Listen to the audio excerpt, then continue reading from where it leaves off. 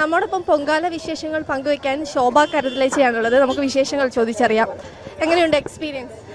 I feel very good. I feel very proud and I feel spiritual because I am participating in this Pongalam, article of Pongalam and prepared Pongalam for Bhagavati. I am really blessed and I am feeling very good. First പൊങ്കാലയാണോ? Last year I visited Pongalam. This year I am prepared Pongalam for Bhagavati and I am seeing lakhs of women coming nooks and corners of the state. That's why really it's a great experience for me. BJPക്ക് ഭരണം കിട്ടി, corporation ഭരണം കിട്ടി, ആദ്യത്തെ പൊങ്കാലയാണ്. ആ ഒരു experience എങ്ങനെയുണ്ട്? Maybe the Bhagavati will bless us in coming elections also.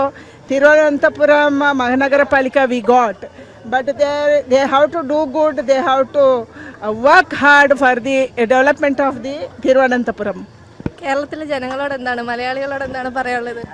Malayalis are very good. Nalla alala, nalla food, nalla weather. Everything is good. That's why I'm also very blessed to be here for next 1 month.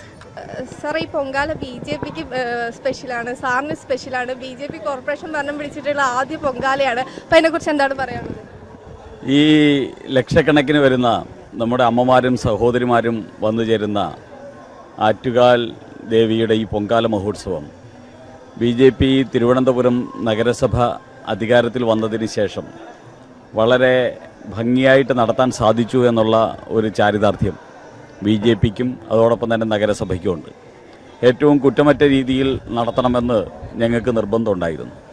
കാരണം ഇത് തിരുവനന്തപുരത്തിൻ്റെ ഒരു ആതിഥേയ മര്യാദയായിട്ട് അതിഥികളെ സൽക്കരിക്കുക, അതിഥികൾക്ക് വേണ്ടിയുള്ള എല്ലാ സൗകര്യവും ഒരുക്കുക എന്നുള്ളത് എത്രയോ ദശാബ്ദങ്ങളായിട്ട് തിരുവനന്തപുരത്തിൻ്റെ ഒരു സംസ്കാരമാണ്.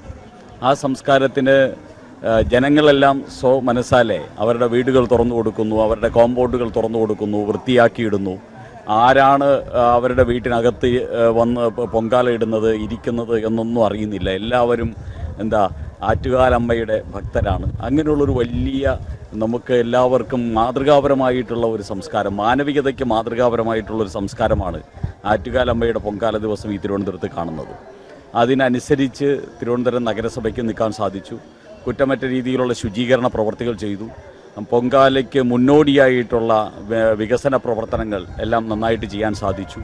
യാതൊരു വിധത്തിലുള്ള ആരോപണങ്ങളും ഒന്നുമില്ലാതെ ദൈവാനുഗ്രഹത്താൽ എല്ലാം ഭംഗിയായിട്ട് നടത്താൻ സാധിച്ചു എന്നുള്ള ഒരു സന്തോഷവും ഒരു അഭിമാനവുമുണ്ട്. എല്ലാവരും ജാതിക്കും രാഷ്ട്രീയത്തിനും ഒക്കെ അതീതമായി എല്ലാവരും ഈ മഹോത്സവത്തിന് സഹകരിച്ചു, സഹായിച്ചു എന്നുള്ളതും വളരെ എടുത്തു പറയേണ്ട ഒരു കാര്യമായിട്ടാണ് കാണുന്നത്. ഇതിന് മുമ്പ്, പൊങ്കാലയ്ക്ക് മുമ്പ് ഒരുപാട് വിമർശനങ്ങൾ വരുന്നുണ്ടായിരുന്നു. അപ്പോൾ അതിനെയൊക്കെ എങ്ങനെയാണ് നോക്കിക്കാണുമ്പോൾ ഇപ്പോൾ പൊങ്കാല നല്ല രീതിയിൽ വിജയിച്ചിരിക്കുകയാണ്. അപ്പോൾ ഇതിനെക്കുറിച്ച് എന്താണ് പറയാനുള്ളത്? അതെ, വിമർശനങ്ങൾ നല്ലതാണ്. ഒരു ജനാധിപത്യ പ്രക്രിയയിൽ വിമർശനങ്ങൾ നല്ലതാണ്. വിമർശനങ്ങൾ വരുന്ന സമയത്ത് നമ്മൾ കൂടുതൽ ജാഗ്രത പാലിക്കും, കൂടുതൽ കുറ്റമറ്റതാക്കാൻ വേണ്ടിയുള്ള പരിശ്രമം ഉണ്ടാകും. എല്ലാ സംവിധാനങ്ങളെയും കാര്യക്ഷമമാക്കാൻ വേണ്ടിയുള്ള ഒരു തീവ്രമായിട്ടുള്ള പ്രവൃത്തി ഉണ്ടാകും. അത്തരത്തിലുള്ള വിമർശനങ്ങൾ കൊണ്ട് അങ്ങനെ എല്ലാ അർത്ഥത്തിലും എല്ലാ കുഴപ്പങ്ങളും എല്ലാ പഴുതുകളും അടച്ചുകൊണ്ട് ഒരു കുറ്റമറ്റ രീതിയിൽ എല്ലാവർക്കും സന്തോഷം നൽകുന്ന രീതിയിൽ ഭക്തർക്ക് അവരുടെ ഭക്തി പ്രകടിപ്പിക്കാൻ പറ്റുന്ന എല്ലാ സാഹചര്യവും ഒരുക്കാൻ സാധിച്ചു എന്നുള്ളതാണ്. ആ വിമർശനത്തെ ഞങ്ങൾ അങ്ങനെയാണ് കാണുന്നത്.